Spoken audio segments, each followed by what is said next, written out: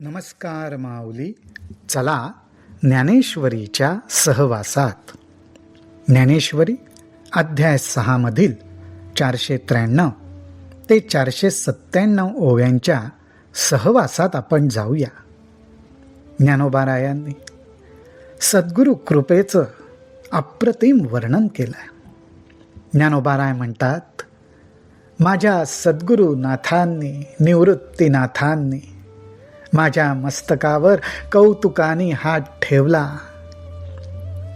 मस्तकावर हात ठेवण्याचं निमित्त झालं आणि माझ्या अंतःकरणामध्ये आत्मज्ञानरूपी अंकुर उगवला. हे वर्णन ज्ञानोबाराय करतात.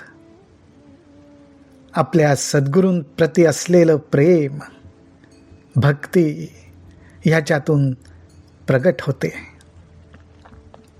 आणि म्हणून ते म्हणतात, निवृत्तीनाथांनी असा कृपेने मस्तकावर हात ठेवल्यामुळे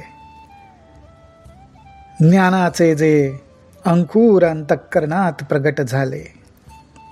म्हणून येणे मुखे जे जे निगे, ते संतांच्या हृदयी साचची लागे. हे असो सांगो श्रीरंगे बोलिले जे. ज्ञानोबाराय म्हणतात, ही माझ्या मुखातून जे जे शब्द प्रगट होत आहेत, ते शब्द तुम्हा संतजनांच्या सज्जनांच्या हृदयाला खरे वाटतात. अर्थात तुमच्या हृदयाला अनुभव देऊन जातात. हृदयाला ते अत्यंत अनुभूतीचे वाटतात. त्याचं कारण एक निवृत्तीनाथांची कृपा आहे. हे असो सांगो श्रीरंगे बोलिले जे. पण हे आता असो, आता श्रीरंग म्हणजे साक्षात भगवंत पुढे काय बोलले ते मी सांगतो. परी ते मनाच्या कानी ऐकावे. ज्ञानोबाराय ऐकणाऱ्यांना, अर्थात आपल्या सर्वांचा गौरवच करतात. आपल्याला संत सज्जन म्हणतायत. त्या आपल्या सर्वांना ज्ञानोबाराय सांगतात, परी ते मनाच्या कानी ऐकावे, बोल बुद्धीच्या डोळांत देखावे. हे साटो वाटी घ्यावे चित्ताचिया. जणू काही तुमच्या मनाला कानांपाशी आणा. कानांच्या ठिकाणी आणून मनपूर्वक माझे शब्द ऐका. मनाच्या कानी ऐकावे, बोल बुद्धीच्या डोळांत देखावे. माझे जे बोल आहेत, जे शब्द आहेत, ते बुद्धीच्या डोळ्यांनी बघा. अर्थात त्या शब्दांच्या मागचा अर्थ जाणून घ्या. आणि मग हे साटो वाटी घ्यावे चित्ताचिया. आणि ह्या बदल्यात देणं घेणं कसलं व्हावं, तर चित्ताचिया. साटो वाटी घ्यावे चित्ताचिया. हातोहात देण्या घेण्याचा जो व्यवहार व्हावा तो चित्ताचाच व्हावा. याचाच अर्थ असा, माऊली हो, मला चित्त देऊन अंतःकरणपूर्वक तुम्ही माझे हे शब्द ऐका. अवधानाचे निहाते, अवधानाचे निहाते, नेयावे हृदयात उते. हे रिझवितील आयणिते सज्जनांची. ज्ञानोबारायांचं हे आश्वासन आहे. ते म्हणतात, श्रोते हो, अशी चित्तामध्ये देवाणघेवाण झाली ना की मग अवधान देऊन, लक्ष देऊन, आणि त्या अवधानाच्या हातांनीच हे माझे शब्द हृदयापर्यंत न्या, हृदयामध्ये नेऊन ठेवा.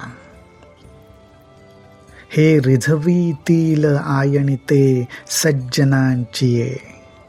आणि हे अशा प्रकारे तुम्ही माझे शब्द त्याच्या अर्थासकट हृदयामध्ये नेऊन ठेवलेत तर ते तुम्हा सज्जनांची इच्छा पूर्ण करतील, तुम्हाला सुख देतील, अर्थात तुमची आत्मानुभव घेण्याची इच्छा पूर्ण होईल. ही ज्ञानोबारायांच्या शब्दांची ताकद आहे, सामर्थ्य आहे की लक्षपूर्वक ऐकून आपण हे शब्द हृदयापर्यंत नेऊन पोचवावेत आणि आपल्या हृदयामध्ये अनुभव प्रगट होईल. हे स्वहिताते निवबिती, परिणामाते जीवविती, सुखाची वाहविती लाखोली जीवा. ज्या शब्द ब्रह्माचे आपल्यावर ज्ञानोबाराय उधळण करतायत त्याच्याबद्दल ते म्हणतात हे शब्द कसे? हे स्वहिताते निवबिते. तुम्हा श्रोत्यांना आपलं स्वहित व्हावं ही तळमळ आहे. ती तळमळ या माझ्या शब्दांनी निवून जाईल, शांत होईल.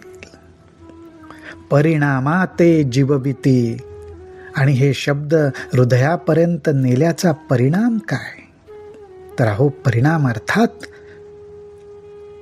आत्मानुभव, आत्मस्वरूपाची ओळख. ही गोष्ट जीवभीती दृढ होईल, हा परिणाम प्रगट होईल. सुखाची वाहविती लाखोली जीवा. आणि ह्यामुळेच जीवाला आत्मसुख होईल. लक्ष बेल, लक्ष तुळस भगवंतांना अर्पण केली जाते.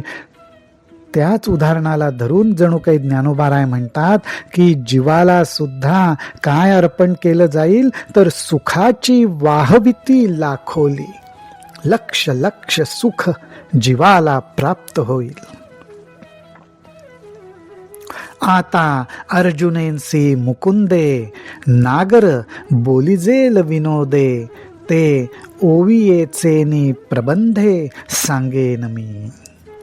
ज्ञानोबाराय म्हणतात आता साक्षात मुकुंद, साक्षात भगवंत अर्जुनाला जे नागर बोलिजेल, सुंदर निरूपण कौतुकाने, विनोदे म्हणजे कौतुकाने ऐकवतील, ते मी ओवींमध्ये बांधून टाकेन आणि तुम्हाला सांगेन, असं ज्ञानोबाराय आपल्याला सांगतायत.